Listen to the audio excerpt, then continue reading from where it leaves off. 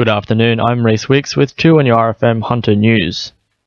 Save Our Rail members are rallying at 1 o'clock in Sydney today in an attempt to influence the minor parties in the upper house to vote down the bill proposing a closure of Newcastle's rail line. The state upper house is expected to pass legislation tomorrow that will allow the removal of the tracks which were closed 10 months ago.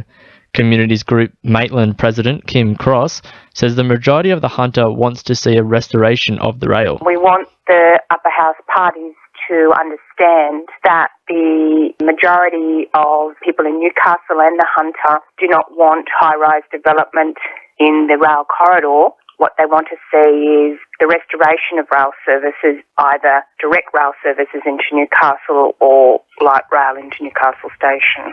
A pledge made by Baird Government Minister Duncan Gay, saying Newcastle light rail and other electoral promises will be implemented in full, was delivered at a dinner party last night. Duncan Gay delivered his speech to 160 people at Newcastle City Hall, where he highlighted the Hunter region's economic contributions to the state. CEO of Regional Development Australia, Hunter Todd Williams, says that Duncan Gay was extremely confident that things are underway. It's great to hear last night Minister Gay talked about the Toole Street Bridge is under construction and will start this Wednesday, so tomorrow that gets underway. That's an important gateway, of course, to link the airport to the port and to increase traffic across there. Police are investigating following a child approach at Clarence Town on Friday. Just after 3 p.m, a 12-year-old girl was walking along Rifle Street when a red sedan, possibly a Holden Commodore or Ford Falcon, approached her asking her if she wanted a lift. Sonia Roberts from Police Headquarters says they're urging anyone with information in relation to this incident to call Crime Stoppers. As police continue their inquiries, they'd like to speak with a man who they believe might be able to assist. He's described as Caucasian appearance, 35 to 45 years old, with a long dark brown beard that did have some grey hair in it. Cessnock Council admits the cost of remediating the old Greta quarry has now doubled due to the discovery of large amounts of illegally dumped asbestos-contaminated material. Since June, Council has removed 750 tonnes of asbestos-contaminated material from the site.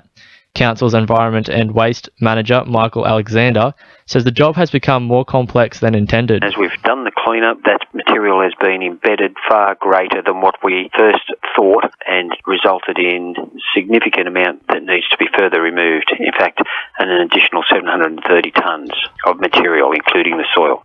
Hunter Development Corporation are moving forward with plans to rehabilitate a large part of old BHP land. Former developer for the site, Bill Dev, had planned to subdivide the 52-hectare intertrade site into 6 super lots, but HDC revoked a delivery agreement. HDC General Manager Bob Hawes says this is one of the biggest remediation projects which is going around. We've already remediated close to 90 hectares of direct waterfront land, which is adjacent to this intermodal site. So this piece of land will now match in with that and then be fit for purpose for the Port of Newcastle then to attract users to that site to have further development take place. The Baird government's failure to repair the Hawkesbury Bridge could mean risking the freight line's security and reliability. Underwater reports has shown the Hawkesbury River is in need of urgent repairs, with significant erosion and exposed steel reinforcements. Shadow Minister for the Hunter, Jody Harrison, says the Baird government is gambling with lives. The Baird government hasn't repaired, nor, from what I understand, keep an eye on what the status is of that pier. It means that the government's not just gambling with lives, it's gambling with people's livelihood. This is a major freight line. Sport, thanks to our sponsor, Warners Bay Sports Club. The Wanderers' Daniel Martin will be hitting the field this weekend despite controversy over the decision to overturn his suspension. Originally receiving 2 weeks for a shoulder charge, Martin was again in doubt after Newcastle and Hunter Rugby Union made an appeal to Country Rugby Union against the decision. The appeal has since been withdrawn and he's set to play in the Wanderers' grand final clash against Hamilton this Saturday.